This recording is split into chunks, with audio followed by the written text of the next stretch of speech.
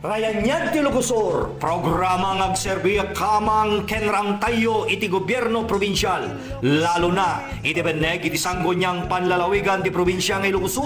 Mangted tinanay ng informasyon kadagiti programa, proyektos, tulong ken mga sister kadagiti ang problema nga OFW ang kalugaran tayo. Rayanyag ti Ilocos.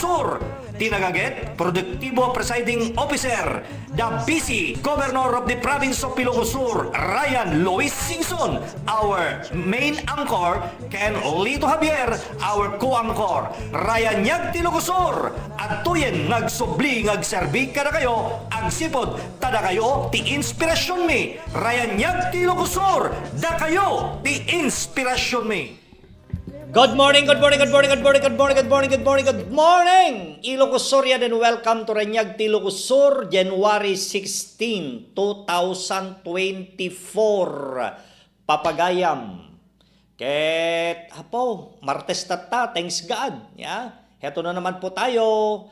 Nagdarastal daw, kita nyo man, ket tagudwa tayo na apo iti bulan, iti Enero, papagayam. Ya? Bulan tinero. Dispensary nyo apo, idi kalman, hantay nga nakapag-program kasi adda iti technical problem. Daytoy studio tayo, so nga sinimsimpa ni Miss Cara, kaya tatan okay yan. So nga dati kami apo, yeah? I'm back! Kumusta kayo amin? Martes itata, January 16 pay, papagayam, God bless po sa ating lahat.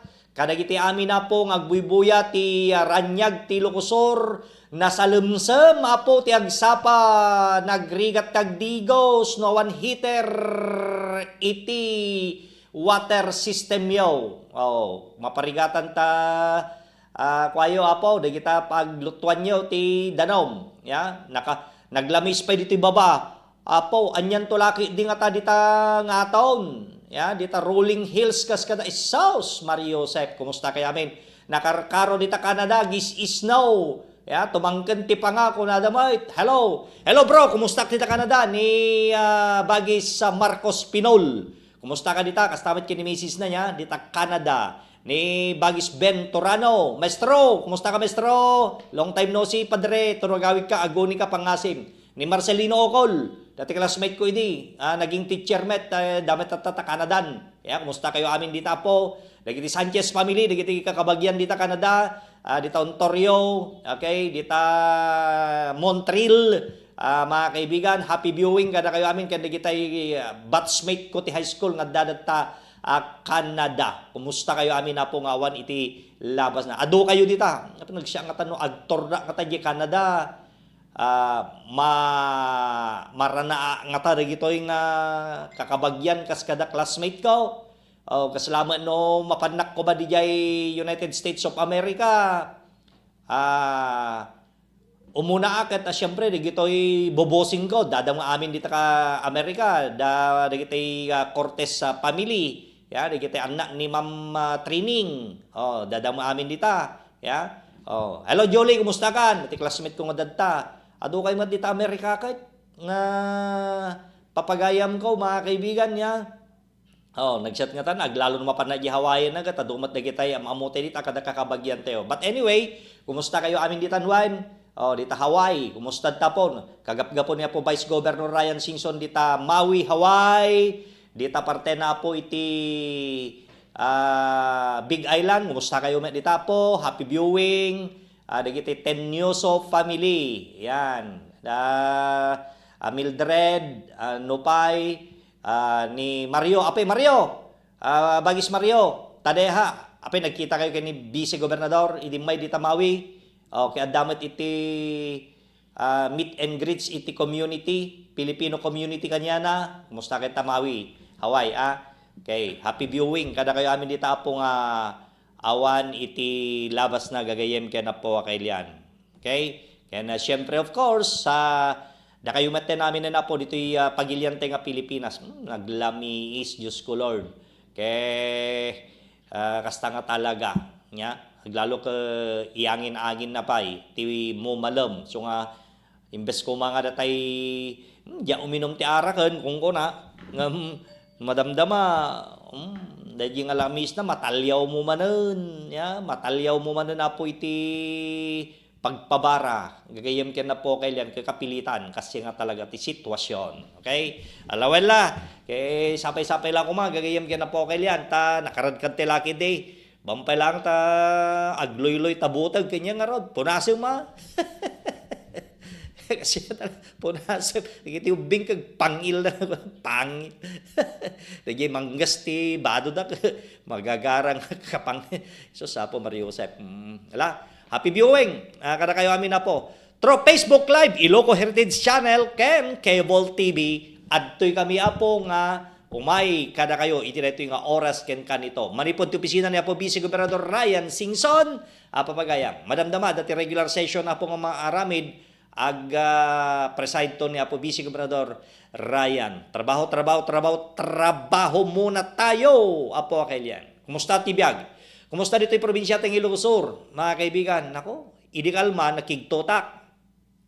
Niranapay mga nga danak tita police station, ti iling abantay, tanda pa mi ginagarakin ni Paribong Velasco. Hello Paribong Velasco, akin ni kumadreses sa nakabakasyon na tata from Rome, Italy with love. Yan. Okay? Apay Maricon Ragindin, kini Busletong, nakaawid kayo dito Milano, Italin. Kumusta kita niya? Parijay Aquino, kumusta ka ta Milano? Ti dakam dita, Tienda adita police station, at dapo ti message nagijay datibiyang iti PNP. Kay dingdeng shooting incident. Apay napanan ni kasto investigador kung nagresponde sir, nagresponde ti shooting incident San Mariano Bantay. Dingdeng so tinawaga mo dagiti amoy San Mariano.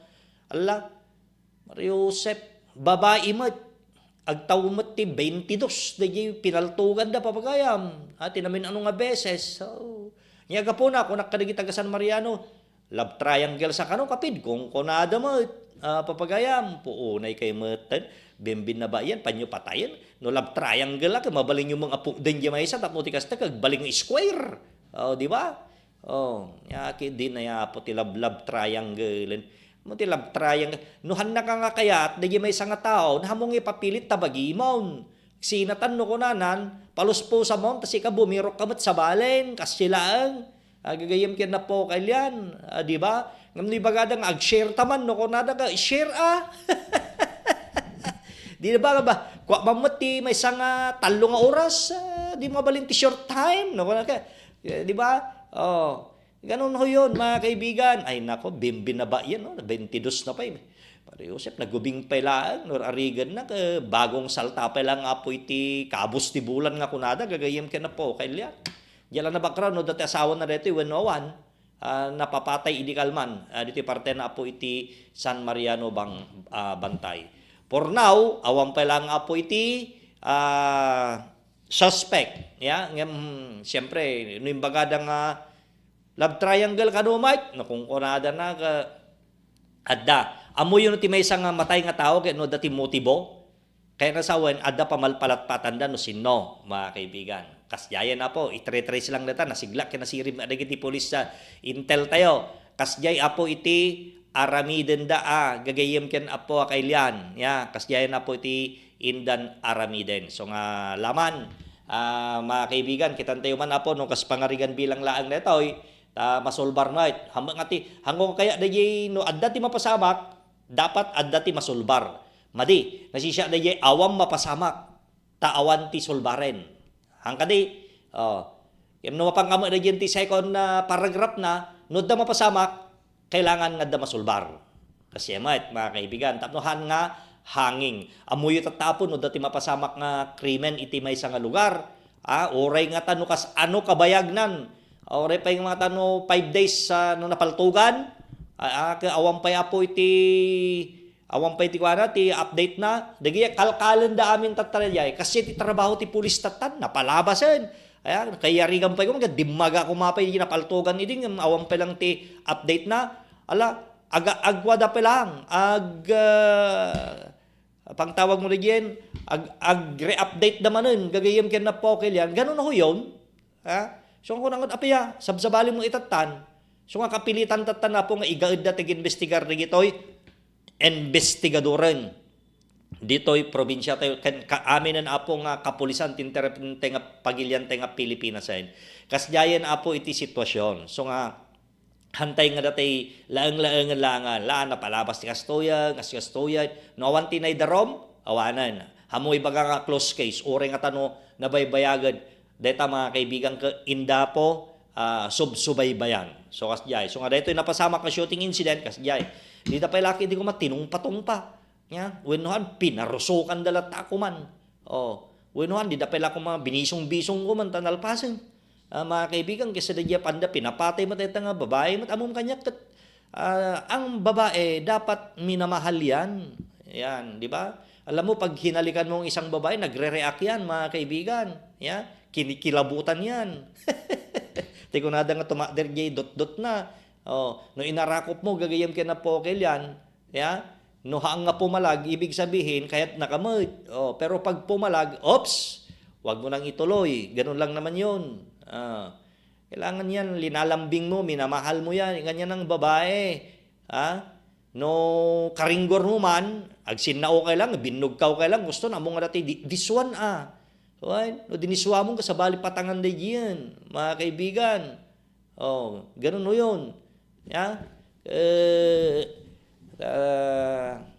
masapol nga mangibati ti kahit konting respeto ngam na patay mo no gidangram ni babae natin kung kabila mo bugbog mo no dinangramon mga kaibigan di may nga babae na po sa bali nga patangan di yin mabawsi ka nga kunadan mga kaibigan no idaram na ipulong na kadya pulis once nga kwan nasisyalangan no kagoram di may nga babae na nasisyalang ay balibag mo di mabali mo nga ibalibag di yan ti abay na namulaki di nga dangdang ran tadi na kantok once nga naglamma di takyag na kas kada di ba no pinagsawsawa mo tagkakadakas na i-record na delikado kalat tamay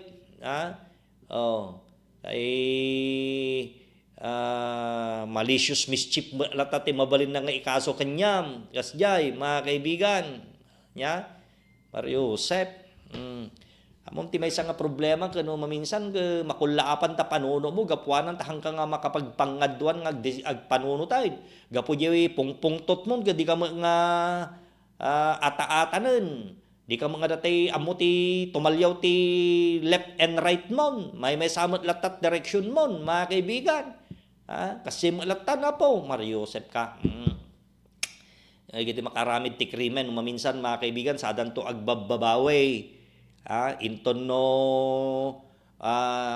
nagbabajay wadan dayay nya nagana dayay pudo dan papagayam dayay apo tinaka daldelikado nya siya kang kumaliba ka nag-agring-ringgor kami mat akin ni Mrs. Kao awan ti oras na mat talagang nga damot pagringgoran may nga patingala bimbinog ka siyempre agsabat tingiwat ti maysa nga mestra ken ngiwat ti maysa nga broadcaster papanan na nga rod di napig sa tingiwat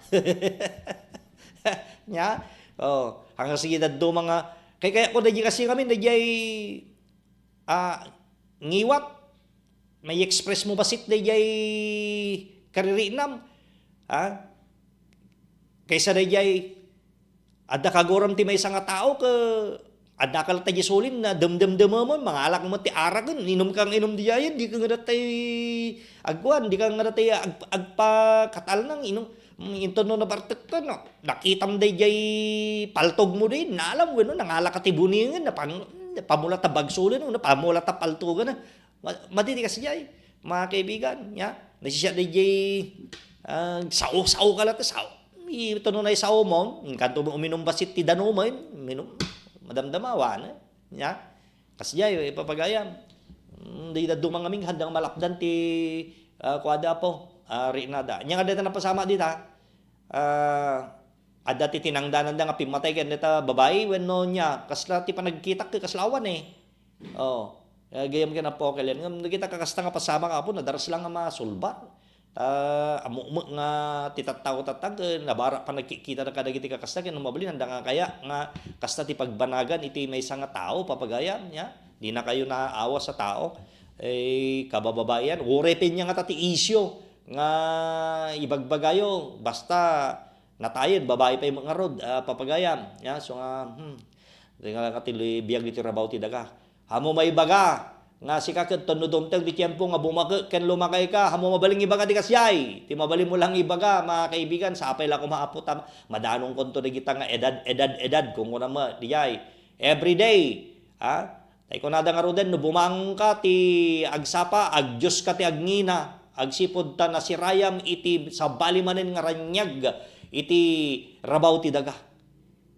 No maturog kamet ti rabi, ag thank you kalata. Walang katapusang pasasalamat. Agsipod ta ti unos ti 24 oras ket nakapag-survive ka manen. Kasjay mga kaibigan, itibiyag tayo apo dito rabaw iti daga kasi di natin alam. Baka madamdaman nagimas torturog mo, into no madamdaman nagurok ka naunat kanawanan, riingan da kan di ka makariingan. Gayam nabangungot kan, naatake kan. Di ba? So katay ko nadang aro din papagay, madati ti rabaw ti daga po, alak, enjoy life. So nga naging dumamat piman, nya ka din nga klase ti enjoy life, may mga enjoy na forbidden enjoyment, mga kaibigan, ginagawa nila yon. Kaya, kanya ti kay, relax time. Nariga mo naging jay kwa tayo launay, lalo ti trabaho, mga kaibigan. Siyempre, ag trabaho ka, meaning, kaya mo palang apo ti agbiag iti rabaw ti daga, kaya mo palang apo ti rumaman ti naimas mo digo ti sinanglaw, parang ganon. Nakagagaga kalaunay, trabaho ka nga trabaho, di ka pa mo tag-relax. Adda ti ambisyon na ti biag ti tao nga kasjay. Adda ti banag nga ta siguro nga kaya nangagatangan di Shopee, wenno di Lazada, tapno ti kastag, adda pagbayad na aji in order na, so agtrabaho ti staltope. Hangka di, apo kailian, alang amma, pangisarbihan na nga di maagidan na. Agobar tayo maamantatano kung ano kay apaya, adda nga bayada nga utang ko. Di ba? Kasi siyempre bayada nga utang mo, sige go ahead. Di ba? Adda obligasyon mo gayam, no problem. Ganon ho yun, mga kaibigan. Ang gusto, tama po tayo. Siyempre, amo tayo mga kaibigan, igiti pasamak apaw. Can experience tayo apo kailian habang nga di la konporme la kasi amo sayangan nga min ti biag mo ti rabaw ti daga gapulang ti kinakonporme nga bambanag no di bagim ket ti pagibasaram siguro mabalin ngem panunutem addamet ti pamilyam nga bibiyagem ken addamet apo ti miyembro ti pamilyam nga tultulungam kasjay papagayam hamo lang nga di bukod mo nga bagiti pagpukusam okay kasla ko makin ni Kara ko damat trabaho na, permanente no para gibagbagi na lang nga panagkunak ket mabalin eksakto nga ta. Apo kailian, gisulsulduan na. Ngam gapuanan ta, adamot iti makipagmiyembro pay mala, ngawang pay mala asawa na, makipagmiyembro pay malang kada nanang ken ni papang na, ken ni gay kabsa na, ay ket anya nga rod, tubra na, tumulong mo't kasjay, mga kaibigan. Di ba? Hanamak kiding obligasyon, ngam tumulong. Ti agtawd jay konsensya na. Ganun ho tayo. Lalo kanya tayo apo nga Pilipino, hanga dahi kamwat may mga kaibigan at the age of 18, sige, gawin mo ng lahat, magbulakbul ka, magbisyo ka, ganito ganyan. Okay? Let the government partake their shares to you. Kaslistel ta Canada, hangga di kasjay. No nag 18 years old kan, nawan trabaho mo. Ang kalag paylista jay kasla social worker officer. Ada ti monthly nga itada kanya mo, makamuka nga mang binnat na yan, di ba? So nga doon naging ti value down. Ang ubing, di ba? Ngam ti Pilipinas, ang mabalin di kasjay. Tapay, agtawag kanto lang ti 26, tawag kanto pa lang ti 28, da kanto pa lang sidong ni mamang mo, mi. Naman ti pag nariendak, bayad naman Shopee, kung to pelag, di ba? Oren no dapat. Kapag kada mo trabaho mo, nagsweldo ka kuman. Kasla style Aldrich mo, no da balay. Bayad naman dito, bayad yang arod. Siyempre anak mo gayam, di po ba? Ganun tayo, mga kaibigan. So nga hanting mabaling nga ibaga nga, relax.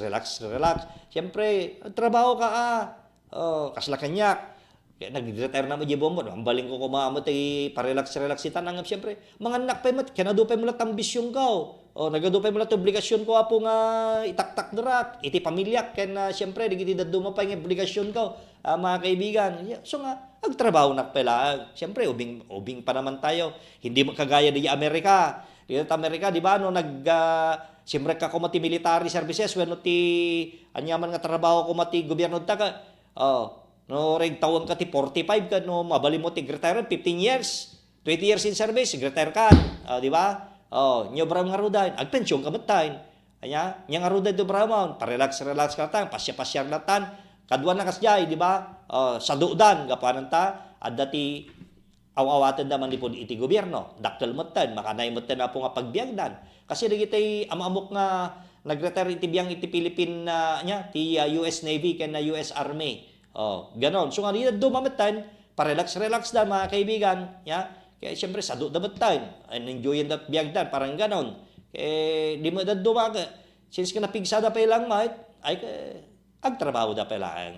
Kasya tayo apo niya. Kasi tayo, nga Pilipino. So nga, kita nyo, di may isang Pilipino.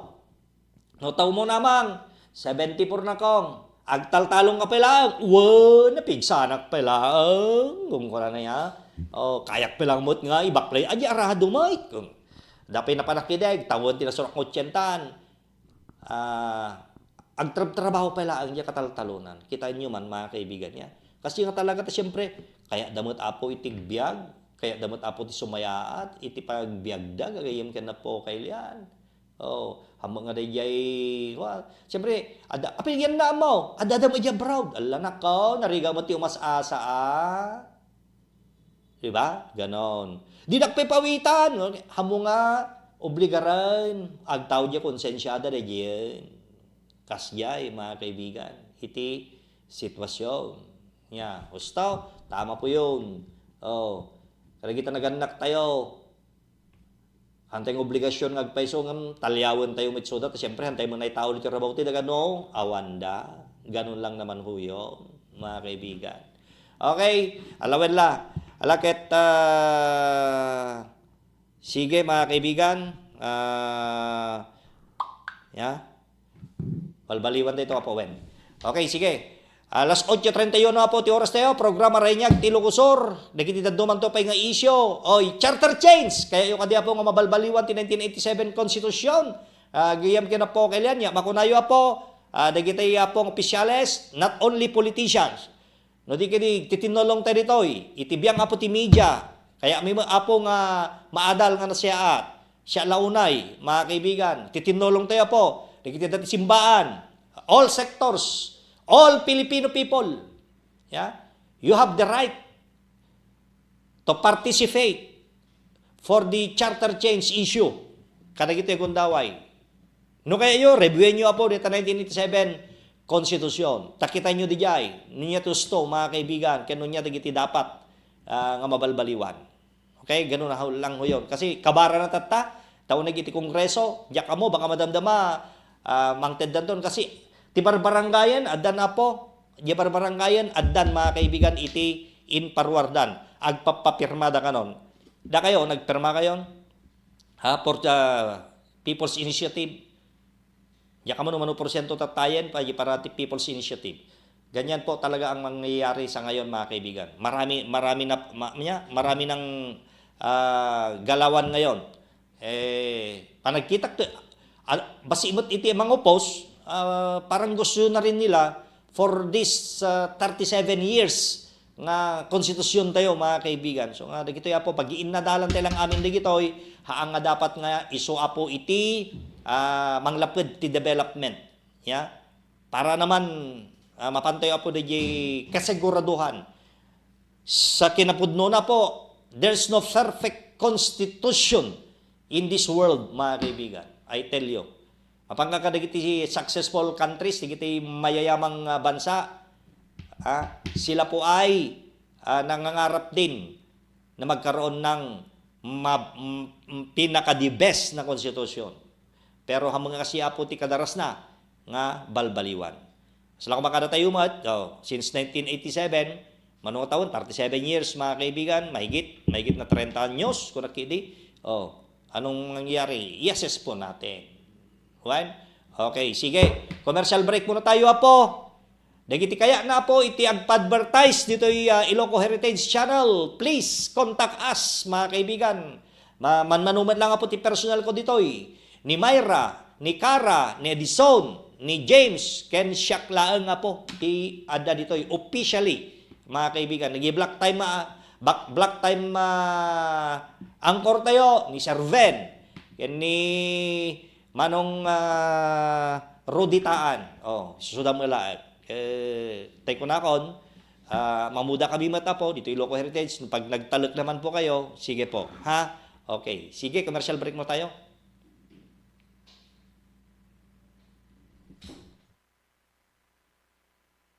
Nueva Segovia Consortium of Cooperatives. Di kooperatiba anong bayagin nagsasarili, karang di Ilocano iti amyanan Luzon. Di kooperatiba ang magpapaay ti serbisyo, benepisyo, ken mangisakit kariri empleyado, ken miyembro na. Di Nueva Segovia Consortium of Cooperatives, muna NSCC, ket adon tinatulungan na. Babayin medit na mayat alangin-langin, ken kooperasyon, dagiti miyembro, ken mangimatmaton. Adon tinaturoasan ti kooperatiba. Adupay dagiti naynayon ang kasdek, akas ti NSCC Farm, Chicharon Processing Facility, Macro Laboratory, kastameten ti NSCC Plaza, ken NSCC Business Center. Isungan niya pelang ter orayem makikaptengkan iti kadakilan a kooperatiba iti probinsya. Di Nueva Segovia Consortium of Cooperatives suman na NSCC. Imatmatunan na daytoy ni Dr. Gibina Kenny. As the heritage province of the North reopens to tourists, it launches the all-new Tour Ilocos Sur app. A quick guide to Ilocos Sur at your fingertips.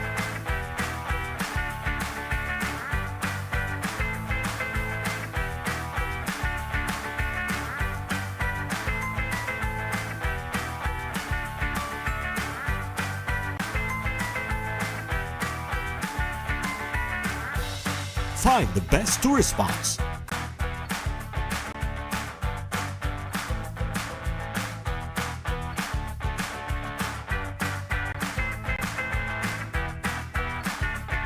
Hotels.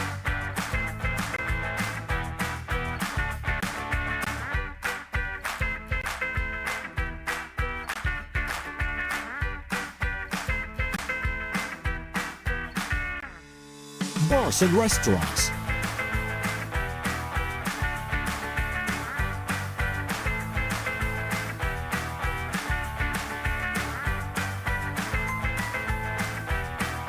And authentic Ilocos Sur products and food.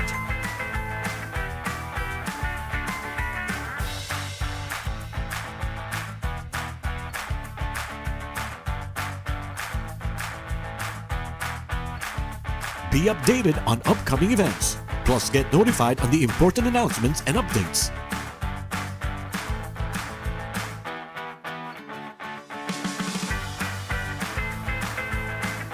Available for global download on Android and iOS. The Tour Ilocos Sur app. Historical becomes digital.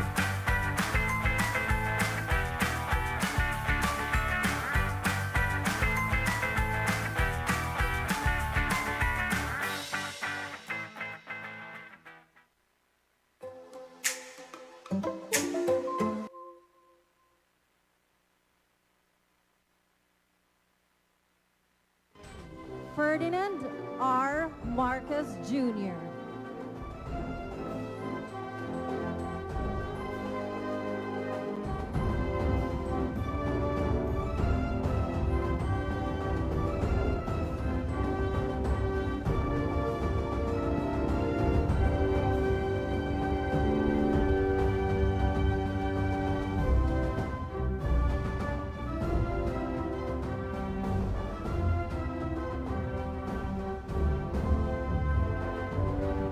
The President is now proceeding to the Disaster Response Command Center. You may now be seated.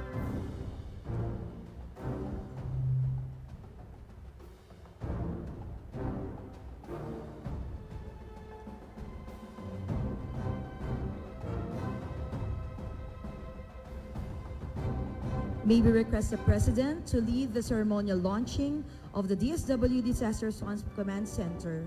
He shall be accompanied by Social Welfare and Development Secretary Rex Gatchalian. In a short while, we shall be requesting the President to kindly press the activation button to officially launch the Disaster Response Command Center. Ready, Mr. President? At the count of 3. 1, 2, 3.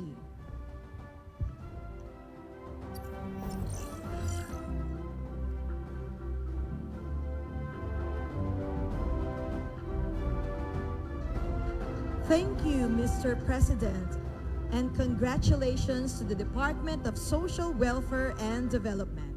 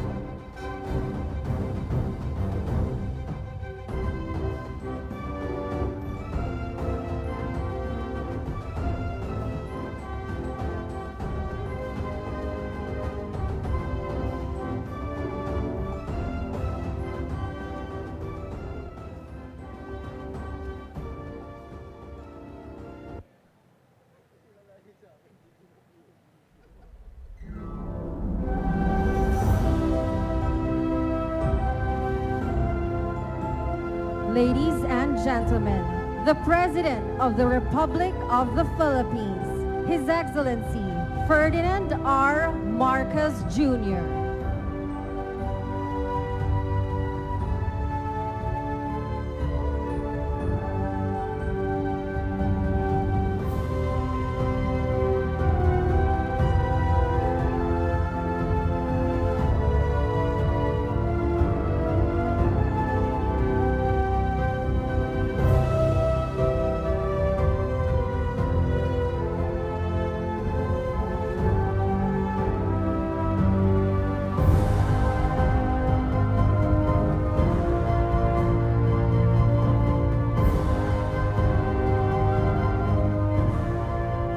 Ladies and gentlemen, the President of the Republic of the Philippines, His Excellency Ferdinand R. Marcos Jr. We may now be seated. Good morning. We are gathered here today for the 73rd anniversary of the Department of Social Welfare and Development.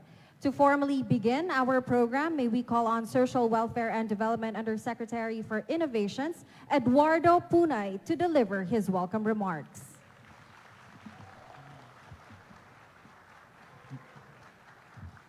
Your Excellency, President Ferdinand R. Marcos Jr., sir. PCO Secretary Cheloy Garafil, OCD Administrator, Sir Ariel Nepomuceno, and all our other guests. Good morning and welcome to DSWD, the home of angels in red vest.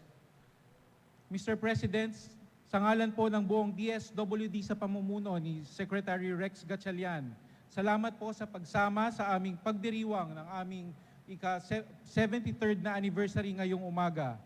Tulad ng palagi niyo pong pagsama sa amin sa mga komunidad sa iba't ibang panig ng ating bansa tuwing kami tumutugon sa mga pangangailangan ng ating mga kababayang kapuspalad, lalong-lalo na po ang mga biktima ng krisis at mga kalamidad. Mahal na Pangulo, ay kinagagalak po naming ibahagi na naging matagumpay po ang ating implementasyon ng ating mga programa nitong nagdaang taong 2023. Salamat po sa inyong palaging gabay at suporta.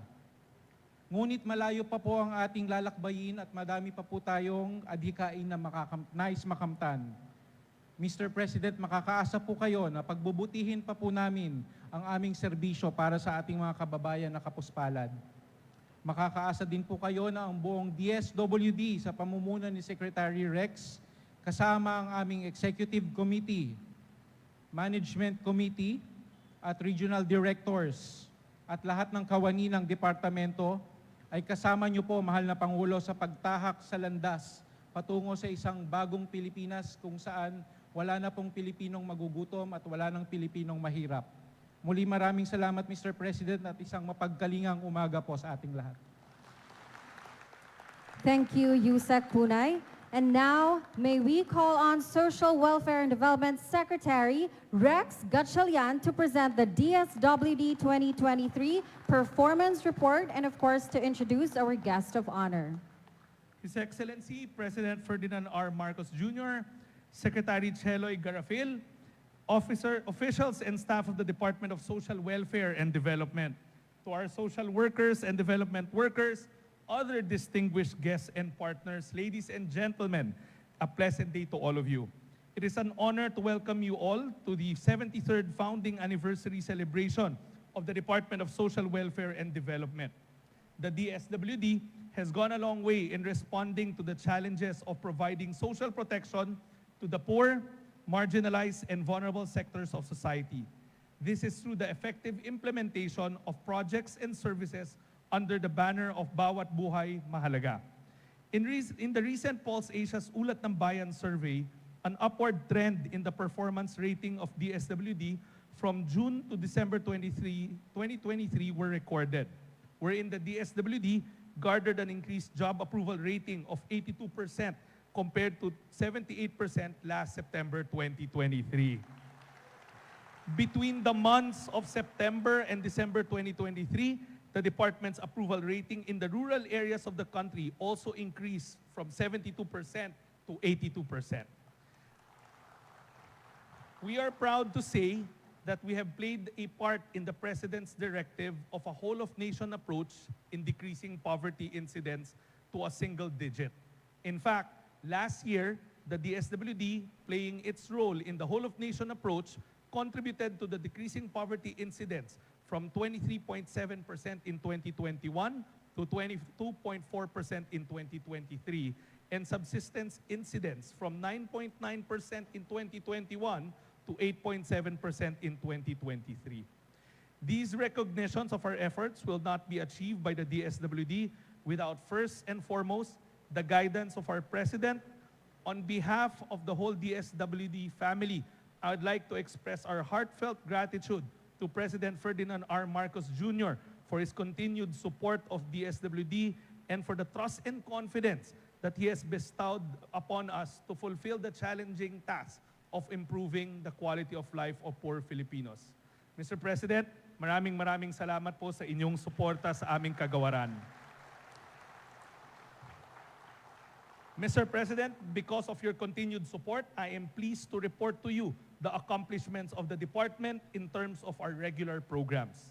In 2023, more than 6.5 million clients availed of the Assistance to Individuals in Crisis Situation or AICS program from DSWD, amounting to 46.56 billion obligated funds compared to 5.3 million clients and 38.77 billion obligated funds in 2022. This is a 16.72% increase in obligated funds and 18.99% increase in terms of the number of beneficiaries serviced. Under the Sustainable Livelihood Program, when the hoarders took advantage of the rice shortage last year, our President made the laudable decision to implement Executive Order number 39, which put a price cap on rice for the benefit of our kababayans. Based on the President's instructions, the DSWD assisted in insulating the effect of the price cap on the country's micro-rice retailers through the Sustainable Livelihood Program. The key weakness of the country's flagship anti-poverty program, the Pantawid ng Pamilyang Pilipino program or 4Ps, has been in securing a clean list that only retains those that should be part of the program. Taking off from where my predecessor, Sec. Erwin Tulfo, left off, we have adopted a clearer targeting tool that we now use to graduate those who have gone over the poverty threshold and to retain those who should be retained. Using the Social Welfare and Development Indicators tool, we have managed to exit 674,452 household beneficiaries from the 4Ps program last year, thereby allowing us to accommodate more beneficiaries and provide social welfare to those who need it the most. But in 2023, we went beyond our comfort zone, what is traditional. We no longer just stayed with what people know of us, but based on your instruction, Mr. President, we cast the social protection net as wide as possible to reach those who really need it the most, the poorest of the poor. We have come up with innovative programs to further upgrade the department's social protection capabilities. We launched the Oplan Pag-abot. Oplan Pag-abot is a holistic program that operates on a rights-based approach for the poorest of the poor, the families and individuals in street situation. In keeping with the President's directive, this program is a collaboration with multiple sectors and agencies nationwide. We are very proud of this program because it does not merely window dress, but a truly sustainable program that takes care of social protection for the most vulnerable by providing them with the basic right, the right to identification through biometric scanning and a national ID, economic grants, and other appropriate psychosocial interventions when brought back to their provinces. In just 6 months' time, we have managed to reach out to 1,772 families and individuals in street situation in the NCR region, removing them from high vulnerabilities of living in the streets come year-end of 2023. We also know that many of our youth drop out of college in their 3rd and 4th year due to increased tuition costs and school fees. Combining that with the high incidence of students in grade school who need assistance in learning how to read, the DSWD came up with the Tara Basa program. the reformatted Education Assistant Program of the department, a comprehensive learning model that provides a culture of learning, community engagement, and nation building. The Tarabasa program enables grade 1 students to learn how to read with the help of enlisted college students who are given education assistance in lieu of their services as tutors, while the parents or guardians learn how to become their children's first teachers at home in the Nanay Teacher sessions through the help of our youth development workers. We are happy to report that the program was able to significantly achieve its desired outcomes in 2023. As such, there is an increase in the involvement of college students in nation building while completing tertiary education, with 80% or 5,487 out of the 6,829 trained tutors completing the 20-day tutorial sessions.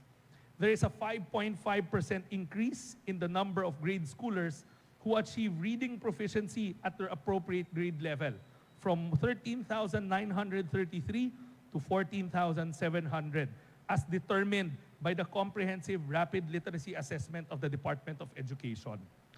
There are strengthened family support systems for our elementary students who are struggling to read or non-readers, with 92.6% of assessed parents or guardians improving as nanay teachers at home, while 95% assess themselves to be more supportive of their children who are struggling to read or are non-readers. This program is DSWD's contribution to the President's whole-of-nation approach in improving our standing in the Program for International Student Assessment, or PISA. Furthermore, we are honored to be tasked by the President to lead the implementation of the Walang Gutom 2027 Food Stamp Program, which was established by the President as a flagship program of the national government through Executive Order Number 44. Last year, we laid the groundworks for the pilot of the food stamp program in 5 regions nationwide, with the goal of ending involuntary hunger, malnutrition, and stunting. Qualified beneficiaries are not only provided with 3,000 peso food credits monthly in the form of electronic benefit transfer cards, but are also provided with education on nutrition and the basic food groups to foster behavioral change in the household that focuses on nutritious, delicious, affordable meals for the family. When we recently launched our pilot implementation, there were only 3,000 initial participants. After its pilot, we will increase to 300,000 families, scaling up all the way to 1 million food-poor Filipino families. In terms of disaster response, last year, the department sent out a record-breaking number of 2,156,208 family food packs in response to a series of major calamities that hit the country. Just 2 months into 2023, we experienced a protracted man-made calamity in terms of the oil spill in Oriental Mindoro, followed by the protracted eruption of Mount Mayon in Albay Province. However, while we were providing assistance to families and individuals affected by the oil spill from March to June, and from June to August for those affected by the eruption of Mount Mayon, the country was hit with a triad of weather disturbances: Egay, Falcon, and Habagat. Thereafter, towards the closing part of the year, there was a combination of a low-pressure area and shear line that hit Visayas in November, which happened simultaneously with 2 earthquakes in Caraga and the Davao region in December. Based on the instruction of the President, we have changed the paradigm of how we conduct our disaster response and relief operations. We put to heart the credo of maagap at mapagkalingang serbisyo. Our aim is to make our people, most especially the affected families and individuals, feel that the national government is maagap, always first on the site during every disaster and calamity, with sustained efforts to assist affected families and individuals. And mapagkalinga, the last to leave, providing not only the immediate needs of the community during disaster and calamities, but extending assistance to show extra love and extra care for the entire community to get it back on its feet. With the launching of the Disaster Response Command Center earlier this morning, we now have a centralized hub made to ensure efficient disaster response and relief operations. Currently, as it is, we coordinate in chat groups and through calls our disaster response and relief operations. Hence, there was an urgent need for a centralized hub dedicated to disaster response as we take a significant step forward, fortifying our nation's resilience and capacity to respond swiftly and efficiently to the most pressing needs of our communities in times of crisis. With this new hub, by next month, the situation reports of our field offices will be automated where they can put that data in real time, enabling us to have a bird's eye view if we have enough relief goods, matching our inventory stockpiles with the number of affected individuals provided by our boots on the ground. The Disaster Response Command Center will also be interoperable with the country's other command centers who are involved in the other aspects of disaster management, such as the Office of Civil Defense, Metro Manila Development Authority, Philippine Disaster Resilience Foundation, Philippine Red Cross, PhilVox, and Pag-asa. The DSWD will provide disaster response to all those affected, but we will not forget our mandate to protect our main clientele, the poor, the marginalized, and the vulnerable. This operating system has been designed to reflect disaggregated data that doesn't just talk about faceless men and women alone, but the data is drilled down into sectors that these individuals belong to. Sectors that the DSWD is mandated to protect. Children, pregnant and nursing women, seniors, and people with disabilities, so that we can customize and tailor-fit our response to those that have special needs. In behalf of the whole DSWD family, let me take this opportunity to express my gratitude to all our partners from various local government units, national government agencies, non-governmental organizations, civil society organizations, foreign institutions, and the private sector partners who have contributed to the realization of the disaster response program of the department and who have helped us in ensuring the seamless delivery of social protection programs and services to all Filipinos in need. To the whole DSWD family, I thank you all for your hard work and dedication. The department's accomplishments cannot be achieved without the diligence and commitment of our social workers and development workers, officials and personnel, in keeping with the tradition of providing genuine and compassionate public service for the past 73 years. Mr. President, as we go on our 74th anniversary, you can rest assured that the department will continue to strive to not only be the lead provider of social protection, but to make sure that our department is the incubator of innovations in social protection. Dahil sa isang bagong Pilipinas, hindi lamang tayo magbibigay ng pangkaraniwang programa ng proteksyon panlipunan, kung hindi makakapagbigay pa tayo ng mga makabagong solusyon upang paglingkuran pa ang lubos na nangangailangan at ang buong sambayanang Pilipino. With that, ladies and gentlemen, let me introduce our guest of honor. Again, the President of the Republic of the Philippines, His Excellency, President Ferdinand R. Marcos Jr.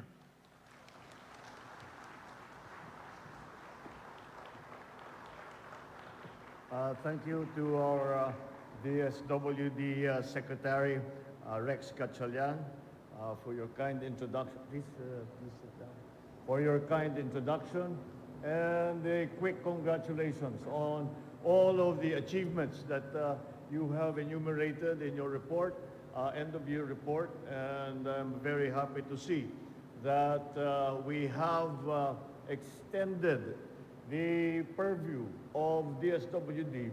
Kung minsan ang iniisip lamang ay pang-disaster lamang. Ngunit napasok na ang DSWD sa mga feeding program, pati na sa education na meron kayong joint program kasama ng DepEd. Kaya I need to congratulate, of course, Secretary Rex, but lahat ng ating mga nagtatrabaho sa DSWD, lahat ng mga partner, lahat ng mga LGU na sumama Ito ay napakagandang halimbawa na ipakita kung paano ang magiging yung tinatawag na synergy kapag yung iba't ibang ahensya ay nagkakasundo at alam nila ang gagawin nila upang tumulong sa taong bayan. I'd also like to greet the most traveled Undersecretary of DSWD. Kahit saan ako pumunta, nandun siya. Lagi ako nauunahan. At lagi siyang naiiwan. Pag alis ko, nandun pa rin, siya pa rin ang nandun naiiwan. That's why we know that the DSWD is working from the grassroots. Ang ating puting Undersecretary Ed Punay.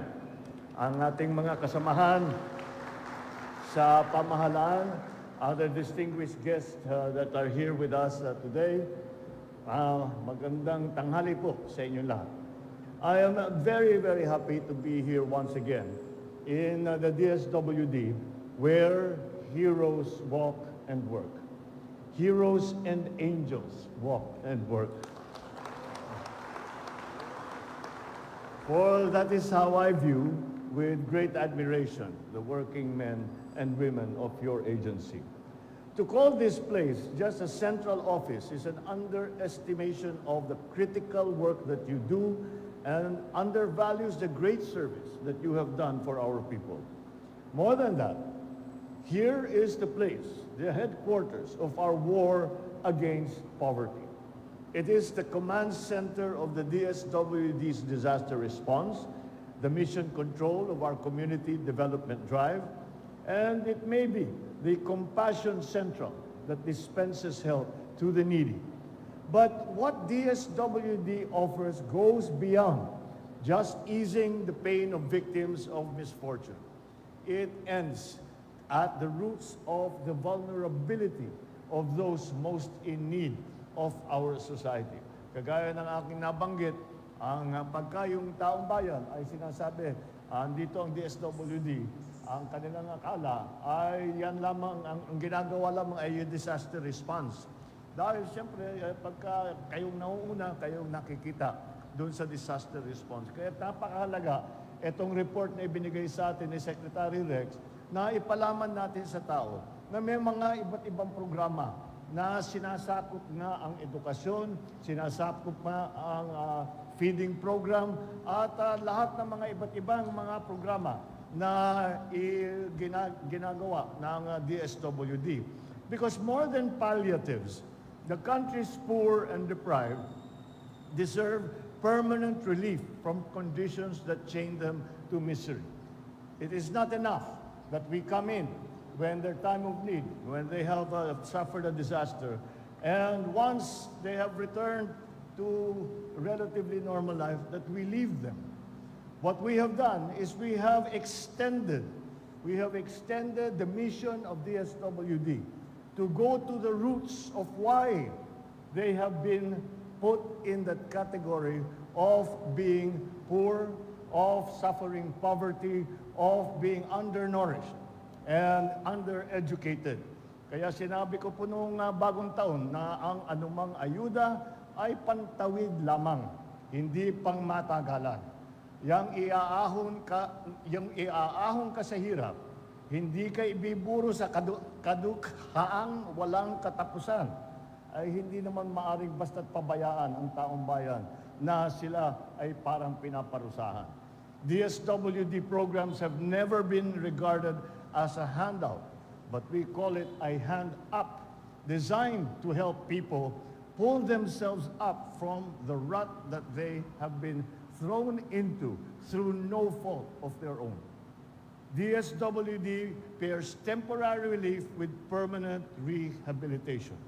The safety nets that DSWD deploys to catch those who have fallen into the cracks of society come with opportunity ladders to help them climb out from the state that they find themselves in. It does not merely serve the disadvantaged, the PWDs, so they can remain in the margins a tad more comfortable, but to bring them out into the mainstream of society as productive members, fully exercising their right to realize their full potential. Kahit po sa 4Ps, may kondisyon pa at alituntunin na dapat sundan. Bakit? It is not meant to supplant the family income, but to supplement it. Kaya naman, napakalawak ang saklaw ng inyong gawain ngayon. At nakakamangha ang walang pagod ninyong paggampan sa marami at mabigat ninyong mga tungkulin. Tulad na lang ng mga nagdaang pandemya, I cannot begin to imagine what greater pain COVID would have been able to wrought if DSWD had not gone into quarantine, locked down its operation, and shuttered its offices. But that was not what the DSWD's response was. You rose to the occasion. You rose to the challenge, as your predecessors have done over the past 125 years, when they disregarded personal safety to come to the aid of victims of war, of disaster, of pestilence, and of hunger. And as a result, never have so many been helped by so few.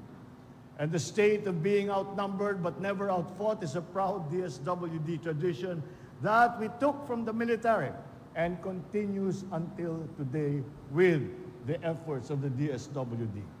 Halimbawa, one DSWD worker serves about 1,000 clients. This is one agency that has too much on its plate with too few plantilla positions. Although you are already, the secretary informs me, on a nationwide basis, there are approximately already 37,000 DSWD employees. And it is absolutely necessary that we have that many. Parang sasabihin, baka masyado ng marami. Kulang pa nga yan. At dahil kapag tinamaan ng disaster ang isang lugar, yung regional office ninyo, yung local office ninyo, nagiging central office yan. Kaya kailangan kaya niyang gampanan ang mga katungkulan ng isang central office para matulungan yung area kung saan tinamaan ng disaster. But because as they say, no good deed goes unpunished. By Congress, I must stress, because credit must be given where it is due. They have hiked your budget this year to 245 billion from last year's 196.5 billion. Kuripot man ang pagka-Ilocano ko, lalo na pagdating sa pera ng bayan. Yan naman ay kagalintan pagka nasa lugar na hindi ako tatanggihan. In my government, various spendings are veto-proof. Meron talaga tayong in-identify na hindi ninyo pwedeng galawin. Dahil nag-agree naman ang ating mga kongresista, ang ating mga senador, at na-identify natin na itong mga ito ay hindi maaring galawin dahil bawat sentimo na ibinawas dyan sa mga budget na yan ay mababawasan din ang may bibigay nating tulong sa taong bayan kapag sila ay nangangailangan. So as a result, in 4Ps and senior pension alone, just to mention two sectors, you will be running a payroll operation bigger than that of government in terms of payees. Kasi yung sa 4Ps, 106 bilyong piso ang inaalang pondo para sa higit 4 na milyong pamilya. Idagdag pa rito ang 49.8 billion for social pensions of 4,085 million seniors. At pati yung insentibo para sa mga super seniors, mga centenarians, ika nga tulad ni Manong JPE sa susunod na buwan ay si Secretary JP ang birthday niya Valentine's Day. At itong susunod na Valentine's Day, 100 years old na siya. Kaya't qualified na siya para sa mga benepisyo na ibinibigay ng DSWD. Mayroon pa rin palang kayong food catering operation which serves tens of millions of hot meals to 2.027 million preschool children in communities at a cost of 4.1 billion. Hindi lang yan ang tugon niyo sa kagutuman. Pinarisan ang food stamps na nakakahalaga ng 3,000 piso bawat buwan para sa 50,000 na pamilya. Indeed, your activities cover from womb to tomb, from helping the homeless to sheltering victims of calamities, saving lives and providing livelihood, helping the sick, keeping mothers and their children healthy. You operate orphanages for those in the dawn of life and homes for the aged, for those in the dusk of their lives. You are first responders to disasters and frontliners in community development. Pati kapakanan ng mga PWD ay nasa inyong mandato. Maliban na lang doon siguro sa isang klase na PWD, ang person without jowa.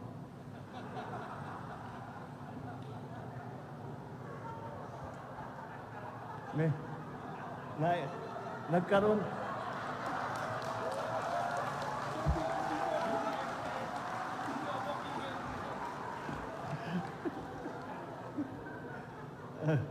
matagal ko nang tinatago yung joke na yun. But does a broken heart qualify as a disability? I have to ask the legal opinion first of the First Lady. Seriously, these people must have access ramps to government services. Huwag tayong bingi at bulag sa kanilang mga hinaing. At dahil dumadami ang nangangailangan ng tulong at ayuda, lumalawak tuloy ang inyong mandato. Ngayong taon, dinagdagan pang muli ng Kongreso ang akap ng 27 bilyong piso upang lalong makinabang ang mga manggagawang maliliit na ang kinikita at higit na apektado ng mataas na presyo ng bilihin.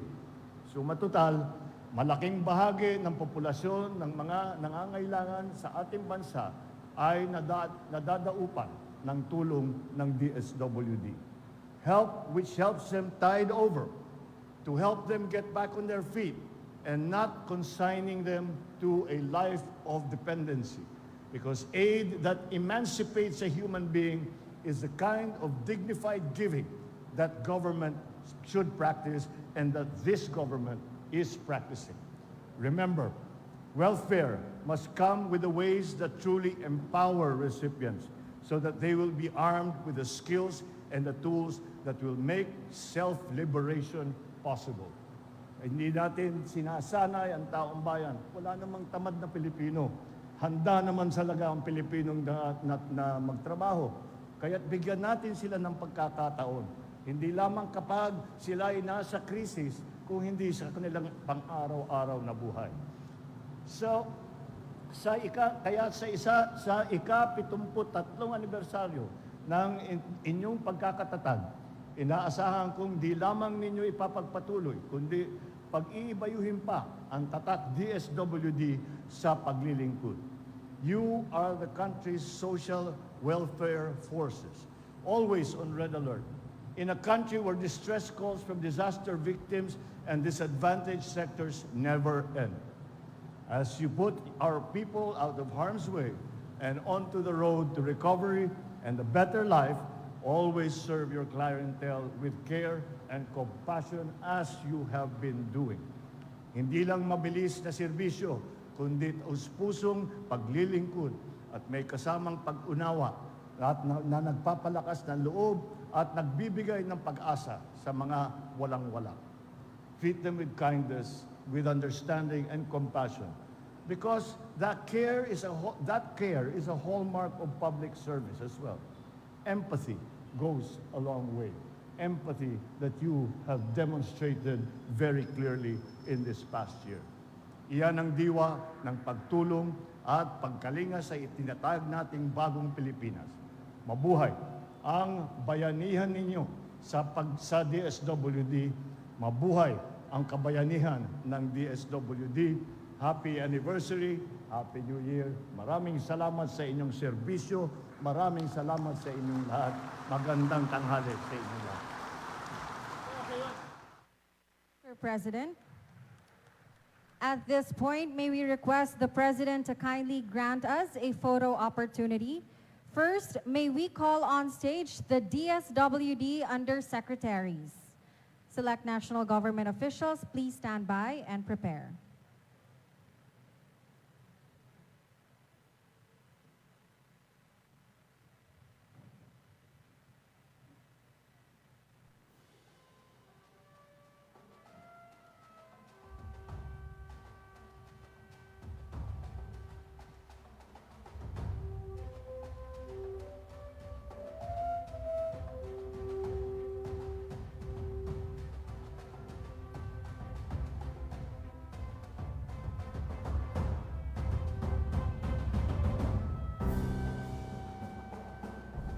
Thank you, DSWD Undersecretaries. Please exit to your right.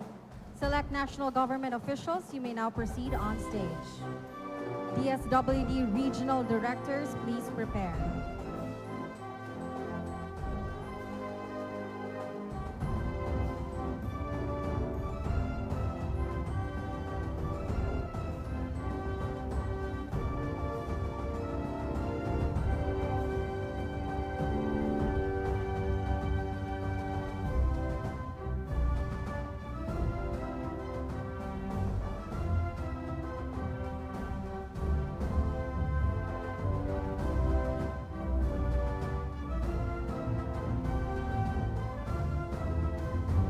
Thank you. Please exit to your right. DSWD Regional Directors, you may now proceed on stage.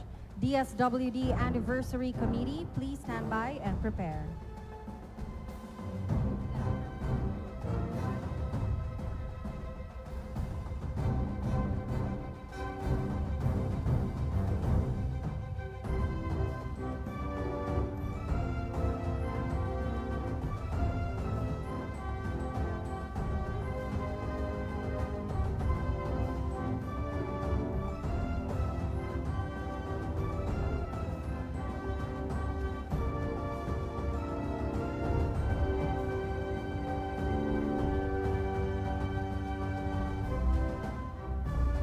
Thank you.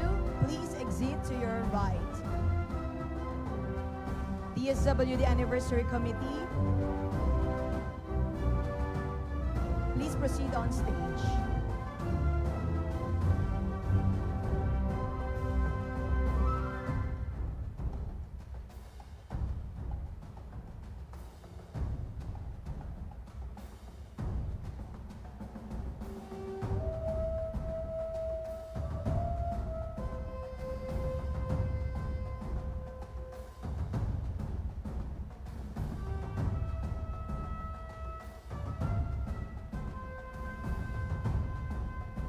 Thank you. Please exit to your right.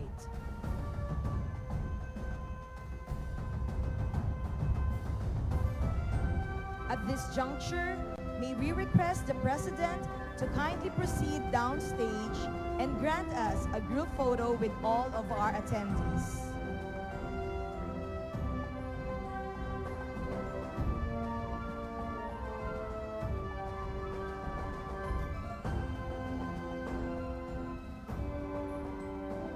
May we also request our guests to kindly gather at the center to join the group photo with the President.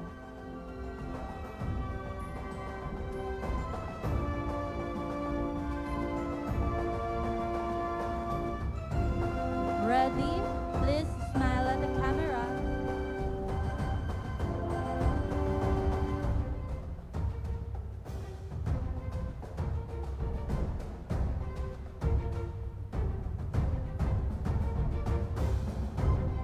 Thank you so much, Mr. President, for granting us a photo opportunity.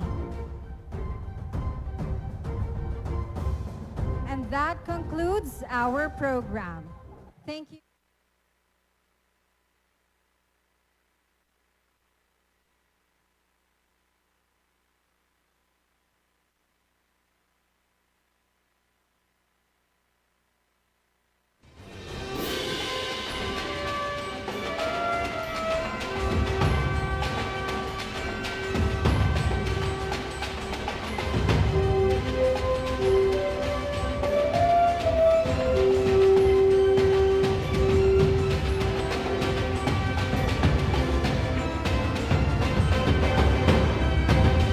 Ladies and gentlemen, the President of the Republic of the Philippines, His Excellency Ferdinand Romualdez Marcos Jr.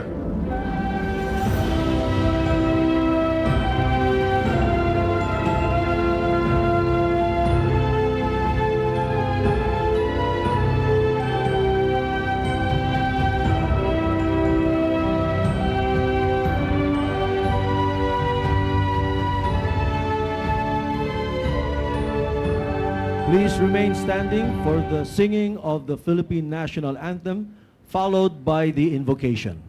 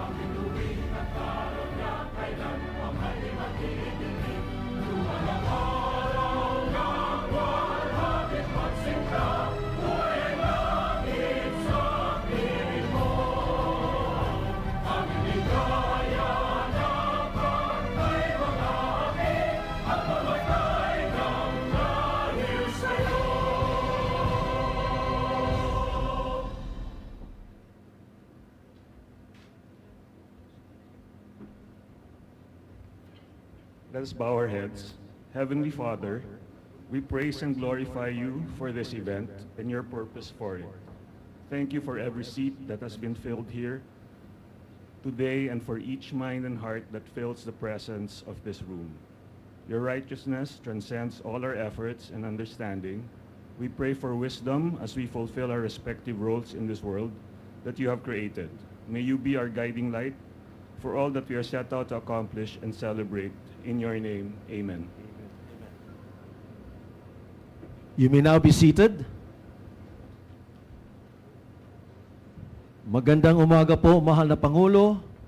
To formally begin our program, may we call on the Chairman of Maynilad, Mr. Manuel V. Pangilinan, to deliver the welcome remarks.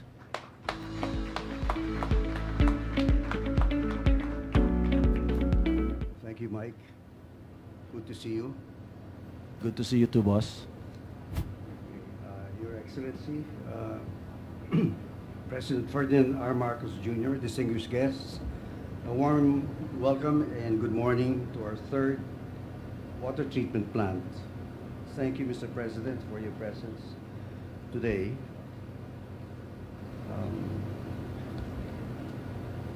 We all know that water is critical not only to trade and commerce, but more so to human life. Our ancestors managed to live without power or cellular phones, but nobody could survive without water. In fact, the great cities of the world are built on or close to water. The very first civilization, which was Mesopotamia, was built between the Tigris and the Euphrates rivers. London has the Thames, Paris the Seine, and New York the Hudson and East rivers. And of course, Sydney, Hong Kong, Singapore, and Tokyo all have their magnificent bays or harbors. Related to that, people's rights to potable and affordable water have leveled up to some of the most cherished concepts of basic freedoms, like the right to life, to religious expression, and free speech. Mr. President, your administration has been aware and proactive in addressing our water supply issues, and we are inspired by your mandate to do our part. These three water treatment plants cater to around 3.2 million customers around Parañaque, Las Piñas, Muntinlupa, and Cavite. Maynilad's aggregate production from Laguna Lake is now 450 million liters per day. The three plants, each with 150 million liters per day of output. About 30% of our daily billed volume of 1.6 billion liters per day. Today's inauguration also diversifies our bulk water sources away from Angat Dam, which will help during bouts of supply scarcity, especially in light of the incoming El Nino. This 11 billion peso facility is part of a bigger effort, part of Maynilad's 4-year service enhancement program, requiring an investment of 220 billion pesos into our water and sewerage treatment facilities. Also, Mr. President, I told Secretary Gonzaga that we have decided to build the first desalination plant in this country in Iloilo City, to be built on vacant land in our power plant in Iloilo City. So it will be a plug-and-play plant. It will have a capacity initially of 65 million liters per day, and will precede the completion of the Jalawur Dam by a number of years, and will help alleviate the power supply, the water, wrong company, the water supply situation in the city itself. We would hope, if we're successful in building that desal plant, that we are able to replicate that in the other island cities of this country.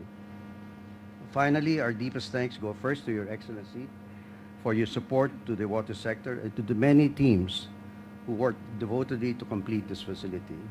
We look forward to continuing this journey of progress and service in water with all of you. Good day. Thank you.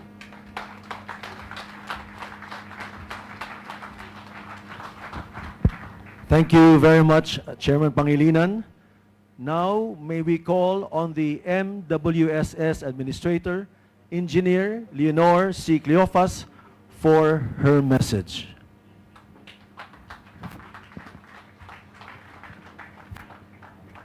His Excellency President Ferdinand Romualdez Marcos Jr., distinguished guests, fellow co-workers in the government, ladies and gentlemen, a most wonderful and blessed day to all of us.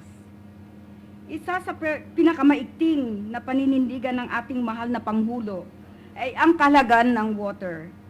Ngayong taon pa lamang, nabuo na sa liderato ng ating Pangulo ang Water Resources Management Office at ang El Nino Team na magtataguyod sa tagtuyot on a whole government approach sa nagbabadyang tagtuyot at ng mga infrastructure projects na magbibigay ng tubig sa ating mga kabayanan. When the President said that water is the fundamental importance, he meant action. And we are proud to say that MWSS, with the help of its concessionaire, heeded the call of the President. To make this action tangible, the MWSS Board of Trustees approved the water security pillars, which are the foundation of Metro Manila's short to long-term water security solutions, and will provide sufficient water to the needs of the 20 million residents serviced by our 3 concessionaires, even beyond the year 2050. These are now in place and on pace under the President Marcos administration. And today, we are celebrating the foremost short-term water security project, the Poblacion Water Treatment Plant. This project stands as a symbol of the administration foresight and proactive approach because it is the fastest infrastructure project meant to mitigate the effects of El Nino. It will supply a total of 150 million liters per day to the West Concession area. It is imperative to highlight that the Poblacion Water Treatment Plant now stands as the 3rd water treatment facility from the MWSS West Concession area and the 4th on the whole MWSS concession area, drawing water from Laguna Lake. We at MWSS are committed in delivering tangible water security solutions, and we are grateful of the President's support in this noble journey. We extend our profound gratitude to the private sector, especially to Maynilad Water Services, our partners for 26 years, whose unwavering support has been instrumental in partnering with the Philippine government to achieve our shared goal of providing water and sanitation for all. The MWSS partnership with the private sector is a testament that public-private partnership work. The will of the government, the expertise and flexibility of the private sector creates our formidable alliance that turn visions and targets into reality. To our local government units and national government agencies, our deepest thanks. At sa Administrasyong Marcos, marami pong salamat sa tiwala at suporta. As the prime advocate and custodian of water security in Metro Manila, Rizal, Bulacan, and portion of Cavite, the MWSS remains steadfast in the commitment to implement projects that will provide clean, potable, and affordable water.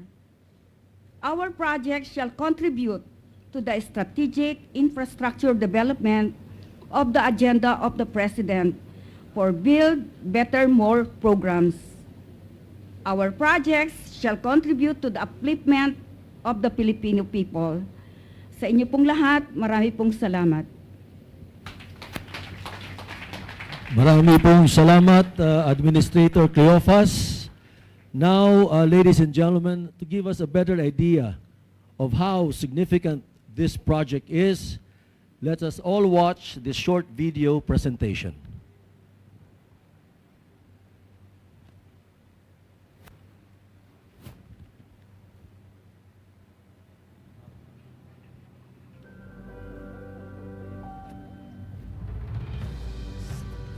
Steadfast in its commitment to further strengthen water security and sustainability, Maynilad constructed the 11 billion water treatment plant in Poblacion, Muntinlupa City. The Poblacion Water Treatment Plant is the company's third facility to tap the Laguna Lake as an alternate raw water source to Angat Dam. Designed to produce 150 million liters per day at full capacity, the facility will help to improve water pressure and supply availability for customers in Parañaque, Las Piñas, Muntinlupa, and Cavite. The facility will bolster service reliability for about 1 million customers in the south, where water supply availability tends to be curtailed by shifts in the quality of Laguna Lake, which have been occurring with more frequency due to climate change effects. The Poblacion Treatment Facility converts raw water from Laguna Lake to potable water supply that meets the Department of Health's Philippine National Standards for drinking water. It uses a multi-stage treatment process that includes dissolved air flotation, disc cloth filter, biological aerated filter, ultrafiltration, reverse osmosis, and disinfection via chlorination.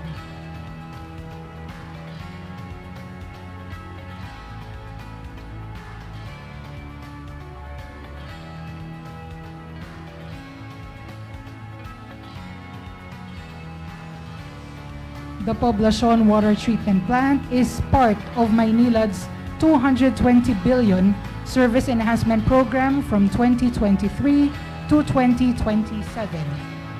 This facility is part of the business plan approved by the MWSS Regulatory Office and Board of Trustees.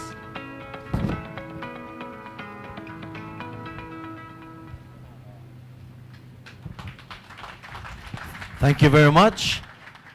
Thank you for that eye-opening and informative video. This facility is part of the business plan approved by the MWSS Board of Trustees and the Regulatory Office. It gives us a broader picture of how this particular facility enhances current water system in the West Concession area and how it will greatly benefit the consuming public. At this juncture, may we request the President to lead the unveiling of the inaugural marker, to be assisted by DNR Secretary Loizaga, Admin Cleofas, Maynilad Chairman MVP, and Maynilad President Ramon Fernandez.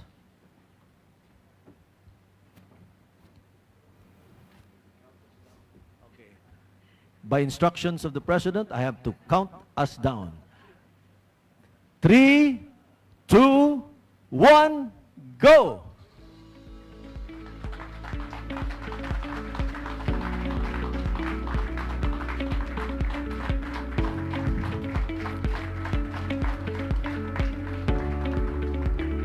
Thank you so much, Mr. President.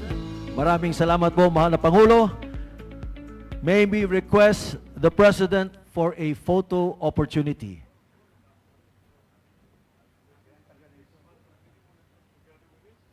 I think this will have to be moved. No? Move, ha? Ha? Mamaya pa? Mamaya.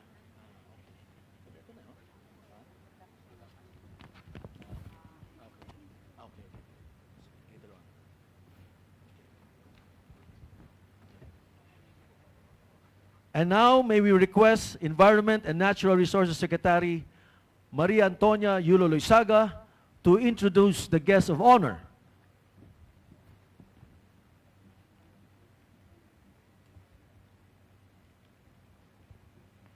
Ladies and gentlemen, the President of the Republic of the Philippines, His Excellency Ferdinand Romualdez Marcos Jr.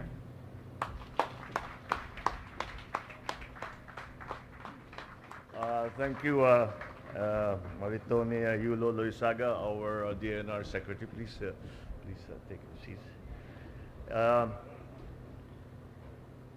The Muntinlupa Lone District Representative, Congressman Jaime Fresnedi, Muntinlupa City Mayor Rosano Rufiano Biazon, MWSS Administrator Leonor Cleofas, and of course, our most important partner in all of these endeavors is from the private sector side, the Maynilad Water Services Incorporated Chairman Manny Pangilinan, fellow workers in government,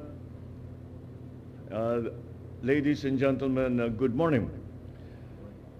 I am very pleased to be here today, joining you in the inauguration of Maynilad's Poblacion Water Treatment Plant. This will provide clean and potable water to residents in Metro Manila and its surrounding areas. I extend my greetings to our distinguished guests, private partners, local government officials, and community leaders who have played a crucial role in making this project a reality. It is a testament to our shared commitment to water security and sustainability. We stand on the brink of completing this crucial project, a necessity heightened by the current challenge posed by the El Niño phenomenon. Your collective efforts ensure that we exceed the demands of our people in these trying times. With the El Niño projected to last until the second quarter of 2024, we must prioritize the repair of water pipes to prevent leakages and the completion of ongoing water supply projects to ensure that we have adequate supply. And so let us call upon the pertinent agencies to intensify their vigilance in overseeing the construction of water supply facilities, particularly in regions grappling with water scarcity. As we confront present and future challenges, this project is a testament to the positive outcomes that we might achieve when the public and private sectors unite for the greater good. I invite the private sector once more to further explore opportunities to collaborate with government in addressing our water supply challenges. Let us continue to work together so that we can provide our people with the best quality services that they truly deserve. Water, although we refer to water and the supply of water as a service, I am of the view that it is in fact a right of our people to be able to expect their government to put systems into place so that water is available to all households, to industry, to agriculture. These are the main uses of water that we have, and so that we still must continue to develop all our capabilities. The focus is sharpened with the onset, with the forecasted onset of El Niño, which at the very least will be with us over the first quarter of next year. And unfortunately, the latest forecasts show that there is a distinct possibility that it will last until the second quarter of next year. And therefore, we must prepare. We must prepare and learn some of the, and apply some of the lessons that we have learned during the pandemic when it came to supply of agricultural products, of food, of the efficiencies of the supply chain. All of this will be affected if our water resources are inadequate. And that is why we have now begun in government a very accelerated effort to prepare for that. We, for all intents and purposes, we have a good buffer until maybe the end of the first quarter. Now, what we need to do is to prepare a further capacity so that should the El Niño extend to the second quarter of next year, we are still, at the very least, able to supply potable water, especially in the urban areas. We are able to supply our agriculture. We are able to supply our industry. And one of the elements that we sometimes do not think about, we think about those major uses of water. We also have to be thinking about our hospitals. Hospitals cannot operate without water.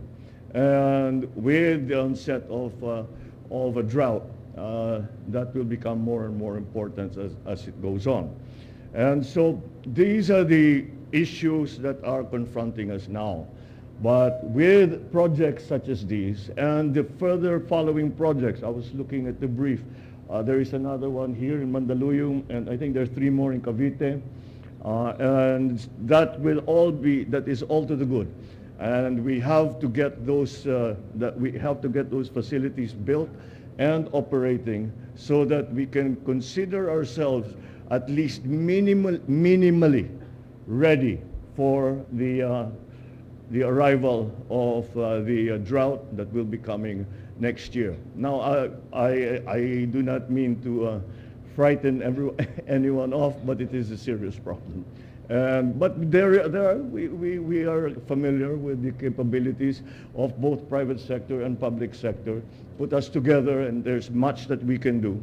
And let us do that so that we have done our duty to the people and continue to provide, as I said, what I consider their right to availability of clean, fresh water. So sa bagong Pilipinas na sinisikap natin na itaguyod ngayon, hiling ko ang pagkikilahok ng bawat isa upang mapatibay ang ating mga infrastruktura at mapabuti ang kalagayan ng ating mga mamamayan. Maraming salamat sa inyong lahat. Maraming salamat sa inyong ginagawa at sa tulong ninyo para sa taong bayan. Mabuhay ang bagong Pilipinas. Magandang umaga sa inyong lahat. At Merry Christmas and Happy New Year. Maraming salamat, mahal na Pangulo. With your indulgence, Mr. President, we would like to request for a photo opportunity. At this point, I would like to call on the MWSS Board of Trustees and officials of the Regulatory Office to please come on stage and join the President.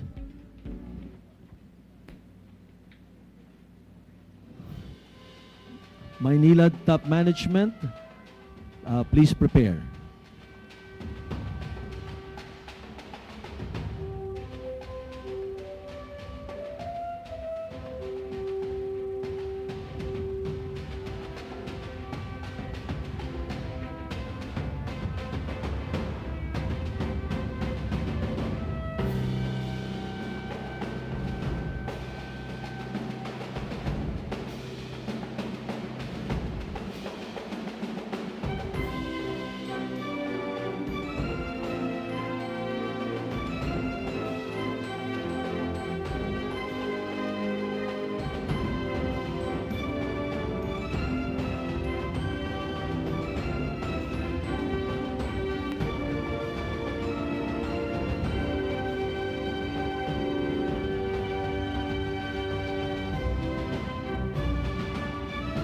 Maraming salamat. We'd like to call on now to join the President on stage, Maynilad Top Management Team.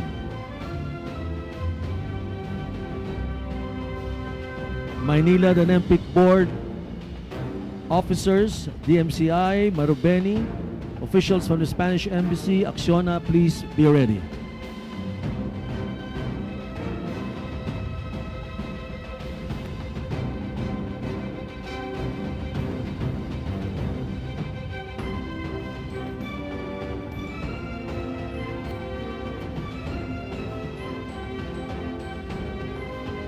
Maraming salamat. Thank you very much. And now, I would like to call on Maynilad and MPIC Board, Marubeni, DMCI, officials from the Spanish Embassy, and Acciona.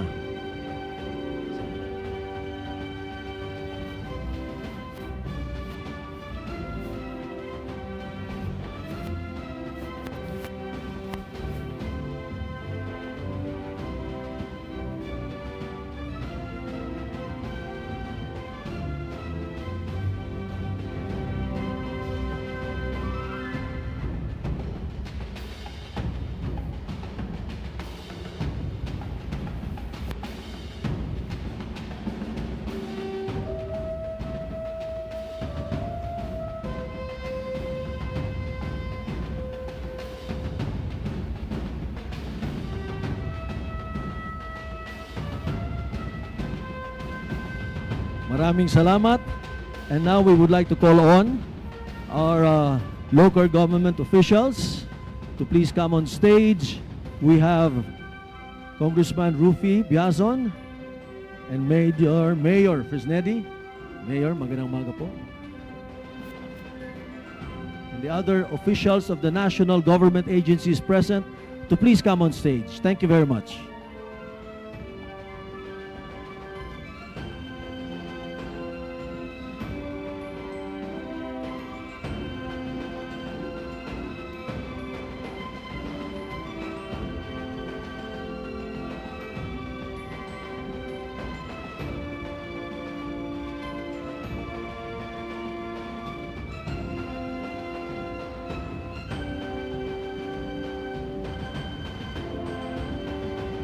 Thank you very much. Maraming salamat po.